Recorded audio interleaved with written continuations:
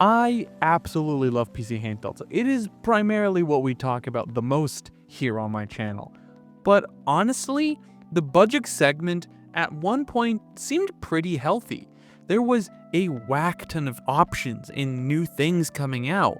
But since the last time we talked about it almost a year ago now, it is not doing as well as I had hoped it was doing. A lot of my favorite budget PC handhelds either aren't affordable anymore, or they simply don't exist, or still haven't even materialized yet. AYA Neo had two PC handhelds that I tentatively recommended, assuming you fit their use cases in each device. For example, one of those devices was the AYA Neo Air Plus with the Mendocino AMD processor, the 3720U. That processor, while not bleeding edge fast, it had newer generation graphics and a newer generation CPU architecture that actually led it to being decently powerful for pretty basic titles, but it was killer at indie titles and easier to run games, older AAA stuff, and you could theoretically get away with maybe 720p 30 FPS. If you're comfortable with that, this was a solid choice, but now it is simply unavailable for either spec. Same thing with the AYA Neo Next Lite. This was one of the last devices I checked that was still available at the time, but now simply isn't. And for either spec, it's completely non-existent. Both the 4500U and the 4800U both gone. And a device that I'm still incredibly excited about, the Orange Pi Neo, is still nowhere to be seen.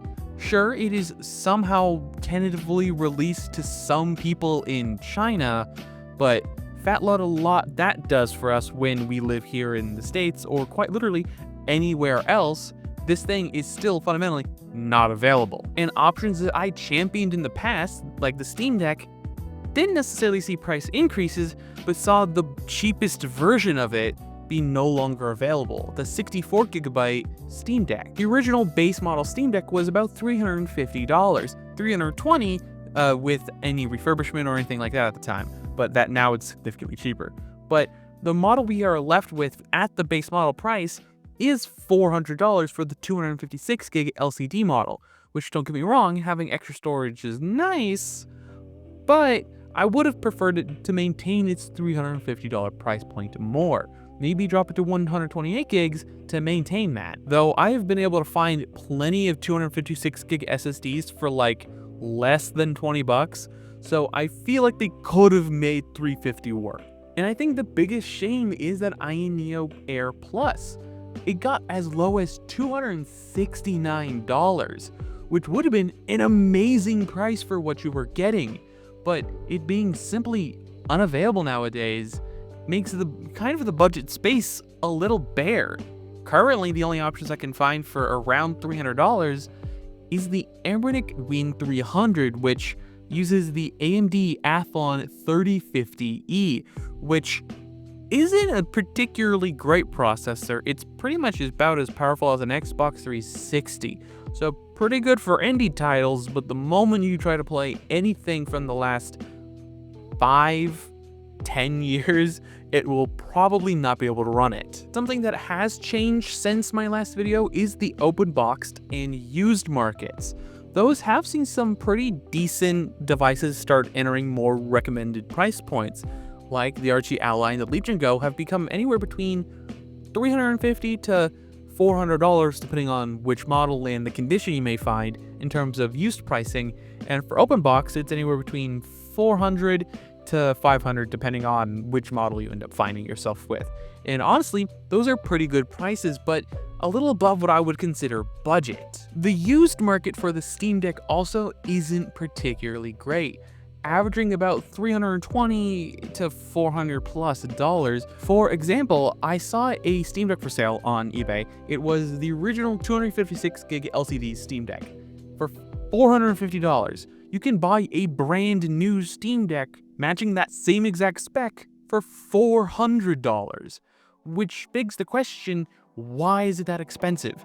eBay pricing and used pricing generally for the Steam Deck is honestly very confusing, and I really wouldn't recommend buying a used Steam Deck unless it was a certified refurbished one from Valve themselves, or just buying a brand new one, unless it is an actually good deal. The last company I will be talking about is AYA. You might know them from the people behind the AYA Odin, but they did originally also have a PC handheld option called the AYA Loki, which was a companion to the Odin, keeping with the Norse god theme.